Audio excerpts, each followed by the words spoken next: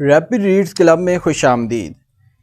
کبھی آپ نے سوچا ہے کہ اگر ایک انسان کے پاس دنیا کی ہر آسائش موجود ہو، دولت ہو، شہرت ہو، عزت ہو، مہنگی گاڑیاں ہوں، شاندار گھر ہو، لیکن پھر بھی وہ اندر سے خالی اور بے سکون ہو، تو کیا اسے واقعی کامیاب کہا جا سکتا ہے؟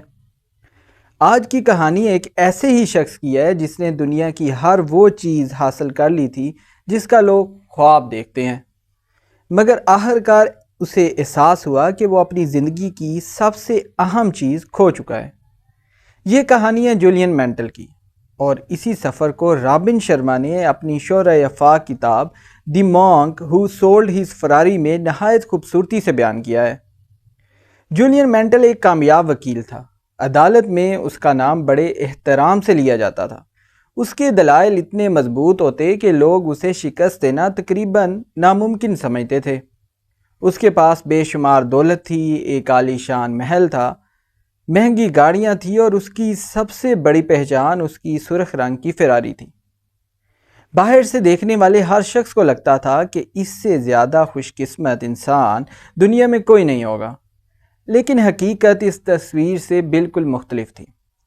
جولین کی زندگی مسلسل بھاگ دوڑ کا نام بن چکی تھی۔ وہ صبح سے رات تک صرف کام کرتا، عدالتوں میں مقدمات لڑتا، نئے کلائنٹس بناتا اور مزید دولت کمانے کی کوشش کرتا۔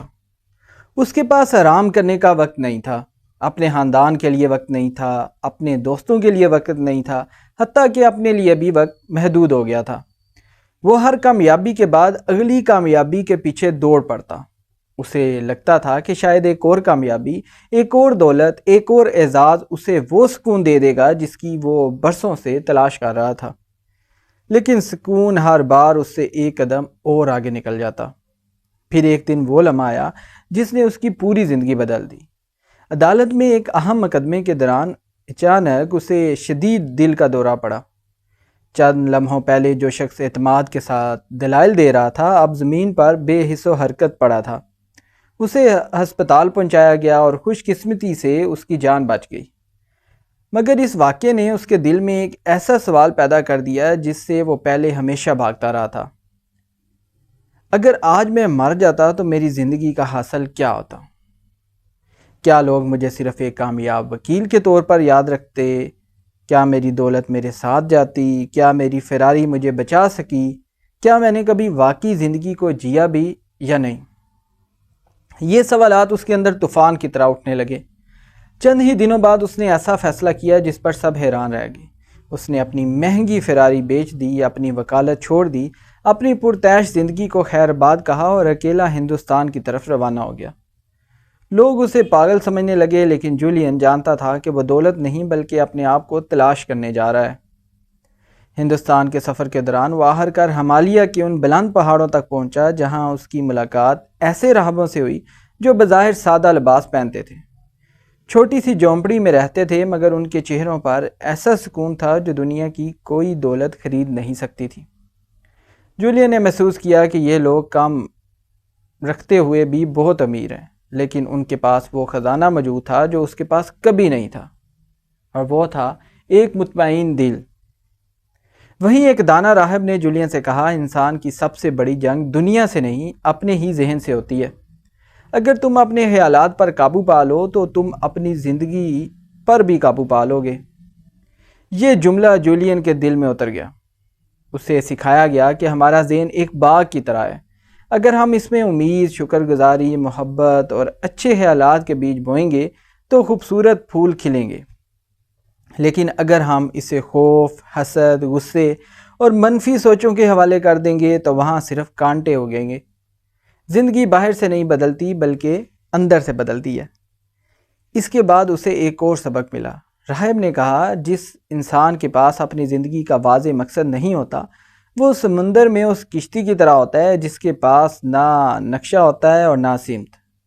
لہریں اسے جہاں چاہیں لے جاتی ہیں۔ جولین نے پہلی مرتبہ اپنی زندگی کا مقصد تلاش کرنا شروع کیا۔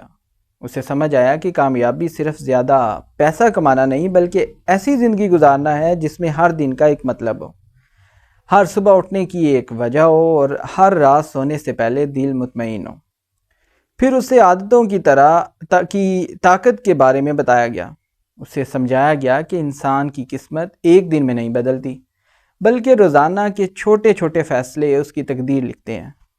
اگر آپ روزانہ صرف 1% بہتر ہونے کی کوشش کریں، نئی چیزیں سیکھیں، اچھی کتابیں پڑھیں، اپنی صحت کا خیال رکھیں اور اپنے کردار کو بہتر بنائیں، تو چند سال بعد آپ خود اپنی تبدیلی پر حیران رہ جائیں گے۔ جولین نے محسوس کیا کہ وہ پہلی بڑی کامیابیوں کے پیچھے بھاگتا تھا، مگر اصل راز تو چھوٹی مستقل عادتوں میں چھپا ہوا ہے۔ پھر راہب نے وقت کے بارے میں ایک ایسی بات کہی جو جولین کبھی نہیں بھولا۔ اس نے کہا، دنیا کی سب سے قیمتی چیز سونا نہیں، وقت ہے، کیونکہ سونا دوبارہ خریدا جا سکتا ہے، مگر ایک گزرا ہوا لمحہ کبھی واپس نہیں آتا۔ یہ الفاظ سن کر جولین کو اپنی پرانی زندگی یاد آئی، جب وہ ہمیشہ کہتا تھا کہ ابھی وقت نہیں ہے، خاندان کے لیے وقت نہیں ہے، دوستوں کے لیے وقت نہیں ہے، صحت کے لیے وقت نہیں ہے، عبادت کے لیے وقت نہیں ہے۔ حقیقت یہ تھی کہ وقت تھا، مگر ترجیحات غلط تھیں۔ پھر اسے نظم و ضبط کا سبق ملا۔ اس نے جانا کہ آزادی کا مطلب ہر خواہش پوری کرنا نہیں، بلکہ اپنی خواہشات پر قابو پانا ہے۔ جو شخص اپنے نفس کو قابو کر لیتا ہے، وہی حقیقی معنوں میں آزاد ہوتا ہے۔ آخر میں راہب نے اس سے کہا، اگر تم واقعی خوش رہنا چاہتے ہو تو صرف اپنے لیے مت جیو، دوسروں کی زندگی میں آسانی پیدا کرو، علم بانٹو، محبت دو، لوگوں کی مدد کرو، کیونکہ خوشی لینے سے نہیں بلکہ دینے سے بڑھتی ہے۔ مہینوں کی تربیت کے بعد جولین واپس اپنے وطن لوٹا، مگر اب وہ پہلے والا انسان نہیں تھا۔ اس کے چہرے پر سکون تھا، باتوں میں عاجزی تھی، دل میں اطمینان تھا، اور اس کی زندگی کا ہر دن مقصد سے بھرپور تھا۔ اس نے اپنی دولت سے زیادہ اپنے وقت کو قیمتی سمجھنا شروع کر دیا۔ وہ جان چکا تھا کہ اصل کامیابی وہ نہیں جو لوگ آپ کے بارے میں سوچتے ہیں، بلکہ وہ ہے جو آپ اپنے بارے میں محسوس کرتے ہیں۔ جب آپ رات کو سکون سے سر رکھ کر سوتے ہیں تو دوستو، اس کتاب کا سب سے بڑا پیغام یہی ہے کہ ہم پوری زندگی باہر کی دنیا کو بدلنے کی کوشش تو کرتے رہتے ہیں، حالانکہ اصل تبدیلی ہمارے اندر سے شروع ہوتی ہے۔ اگر ہمارا ذہن پرسکون ہو، مقصد واضح ہو، عادتیں اچھی ہوں، وقت کی قدر ہو اور ہمارا دل دوسروں کے لیے دھڑکتا ہو، تو پھر زندگی خود بخود خوبصورت بن جاتی ہے۔